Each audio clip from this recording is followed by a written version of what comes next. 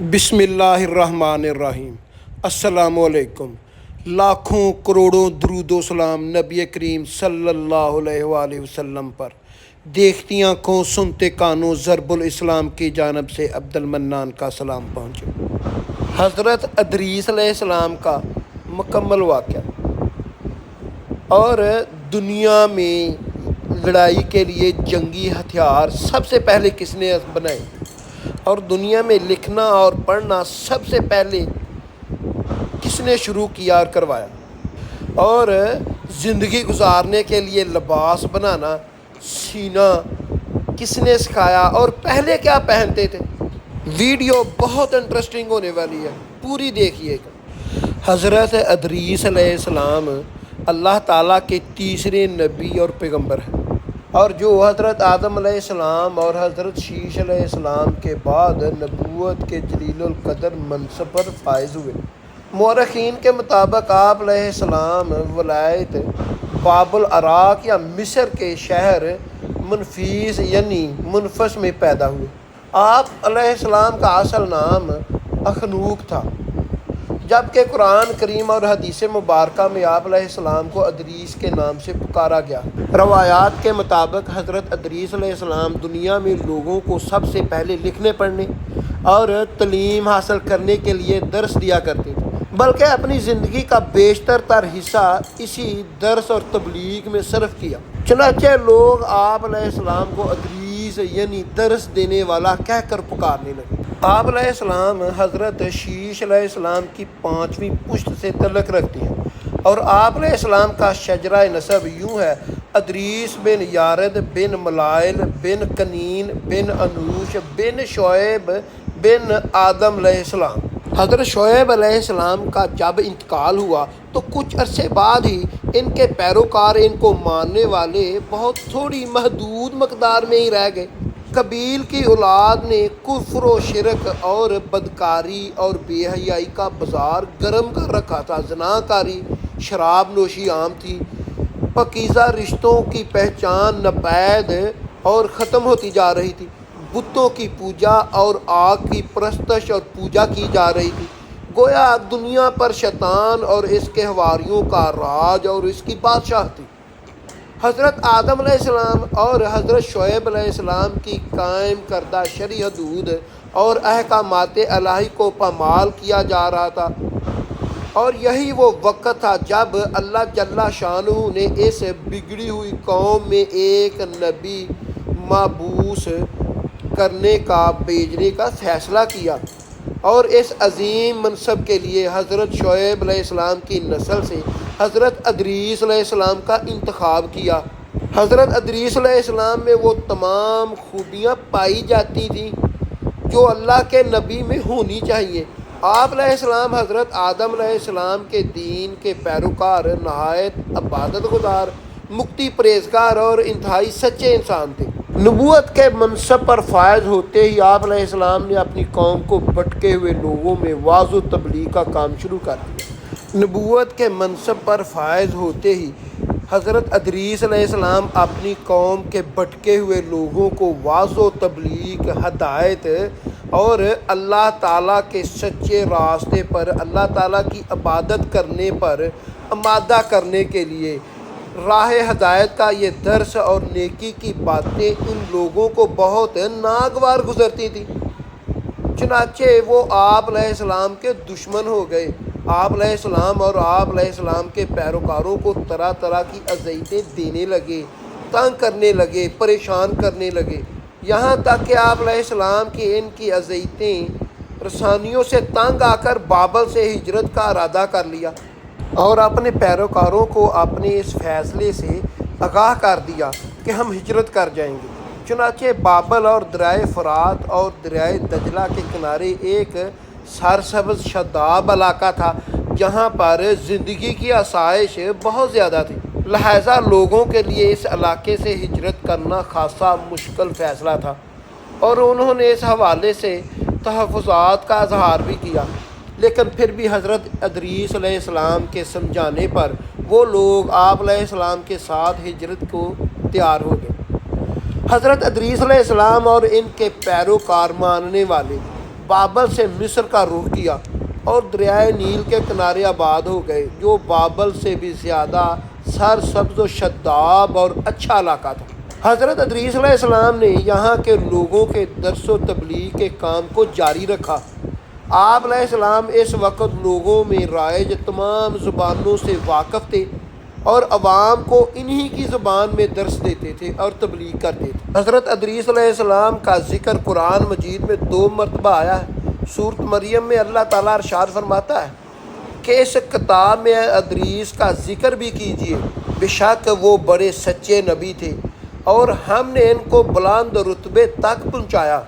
سورۃ مریم میں نیز سورۃ انبیاء میں اللہ تعالیٰ نے فرمایا اور اسماعیل اور ادریس اور ذوالکفل کا بھی تذکرہ کیجیے، یہ سب احکامات الہی پر ثابت قدم رہنے والے لوگوں میں سے تھے۔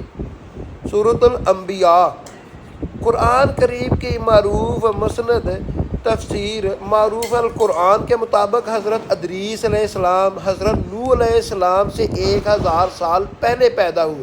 روح المعانی بحوالہ مشترک حاکم اللہ تعالیٰ نے آپ علیہ السلام کو نبوت کے مرتبے پر سرفراز فرمایا اور آپ علیہ السلام پر 30 صحیفے نازل کیے۔ حضرت ادریس علیہ السلام وہ پہلے انسان ہے جنہیں علم النجوم اور حسابے طور پر معجزہ عطا کیا گیا۔ سب سے پہلے انہوں نے ہی قلم سے لکھنا اور کپڑا سینا ایجاد کیا، یعنی حضرت ادریس علیہ السلام دنیا کے پہلے شخص ہیں جنہوں نے قلم سے لکھنا اور پڑھنا سیکھا اور سکھایا اور سوئی کے ساتھ کپڑا سی کر پہننا سکھایا۔ اس سے پہلے انسان جانوروں کی کھالیں وغیرہ پہن کر زندگی گزر بسر کرتے تھے۔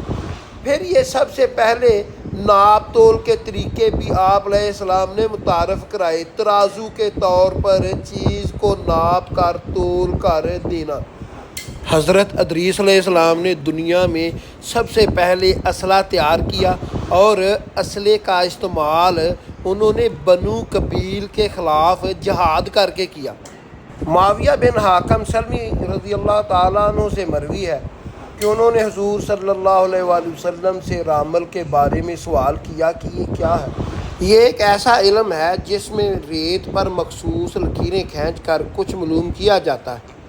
تو رسول اللہ صلی اللہ علیہ وآلہ وسلم نے ارشاد فرمایا، یہ ایک پیغمبر تھے جنہوں نے یہ لکھا، لہٰذا جس شخص کا خط ان کے موافق ہو جائے تو اچھا ہے۔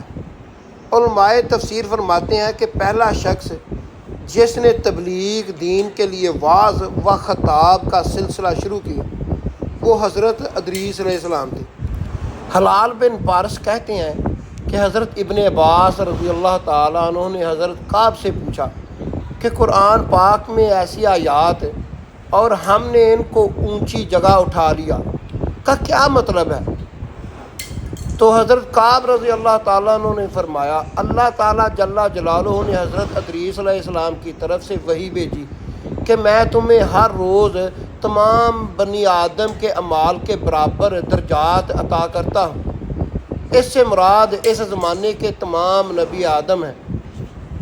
حضرت ادریس علیہ السلام نے چاہا کہ پھر تو اعمال میں اور اضافہ ہونا چاہیے، لہٰذا جب ان کے پاس فرشتے آئے تو انہوں نے وحی کا ذکر کرتے ہوئے کہا، میں چاہتا ہوں کہ ملک الموت سے بات کروں اور پوچھوں کہ کب تک میری زندگی باقی ہے۔ فرشتے نے حضرت ادریس علیہ السلام کو اپنے پروں پر اٹھایا اور انہیں لے کر آسمان کی طرف بلند ہو گیا۔ جب وہ چوتھے آسمان پر پہنچے تو ان کی ملک الموت سے ملاقات ہوئی جو نیچے اترنے والے تھے۔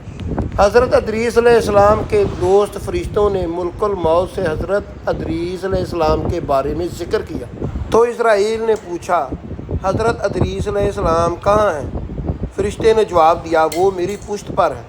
اس پر ملک الموت نے حیرت کا اظہار کرتے ہوئے کہا، واہ کیا بات ہے، مجھے پروردگار کی طرف سے کہہ کر بھیجا گیا تھا کہ حضرت ادریس علیہ السلام کی روح چوتھے آسمان پر قبض کر لو۔ میں نے سوچا وہ تو زمین پر ہے، ان کی روح چوتھے آسمان پر کیسے قبض کروں گا؟ ابھی سوچو بچار میں تھا کہ زمین پر اتر رہا تھا کہ تم انہیں لے کر چوتھے آسمان پر آ گئے، پھر ملک الموت نے ان کی روح قبض کر لی۔ جب حضرت ادریس علیہ السلام نے جنت اور دوزخ کی سیر کر کے جنت میں گئے تو پھر کیا معاملہ ہوا؟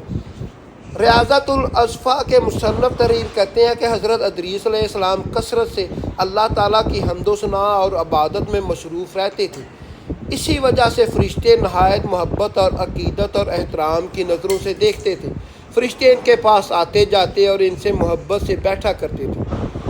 چنانچہ ایک مرتبہ حضرت اسرائیل علیہ السلام اللہ سے اجازت لے کر انسانی شکل میں بہت دیر تک ان کی صحبت میں حاضر رہے، بیٹھے رہے۔ حضرت ادریس علیہ السلام کو جب معلوم ہوا کہ یہ کوئی فرشتہ نہیں بلکہ حضرت اسرائیل علیہ السلام ہے اور روح قبض کرنے کی خدمت پر مامور ہیں، تو آپ علیہ السلام نے ان سے فرمایا، میرا دل چاہتا ہے کہ تم مجھے موت کا ذائقہ چکھاؤ۔ اس پر حضرت اسرائیل علیہ السلام نے اللہ تعالیٰ کی اجازت سے ان کی روح نکال لی اور پھر واپس کر دی۔ اس کے بعد حضرت ادریس علیہ السلام نے ان سے فرمایا، میرا دل چاہتا ہے کہ میں جنت اور دوزخ دیکھوں۔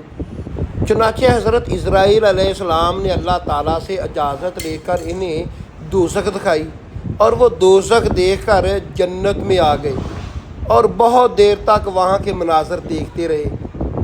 آخر حضرت اسرائیل علیہ السلام نے عرض کی کہ اب آپ واپس تشریف لے چلیے، مگر حضرت ادریس علیہ السلام نے جواب دیا کہ جب تک جنت و دوزخ کا پیدا کرنے والا مجھے یہاں سے جانے کا حکم نہیں دے گا اس وقت تک میں یہیں رہوں گا۔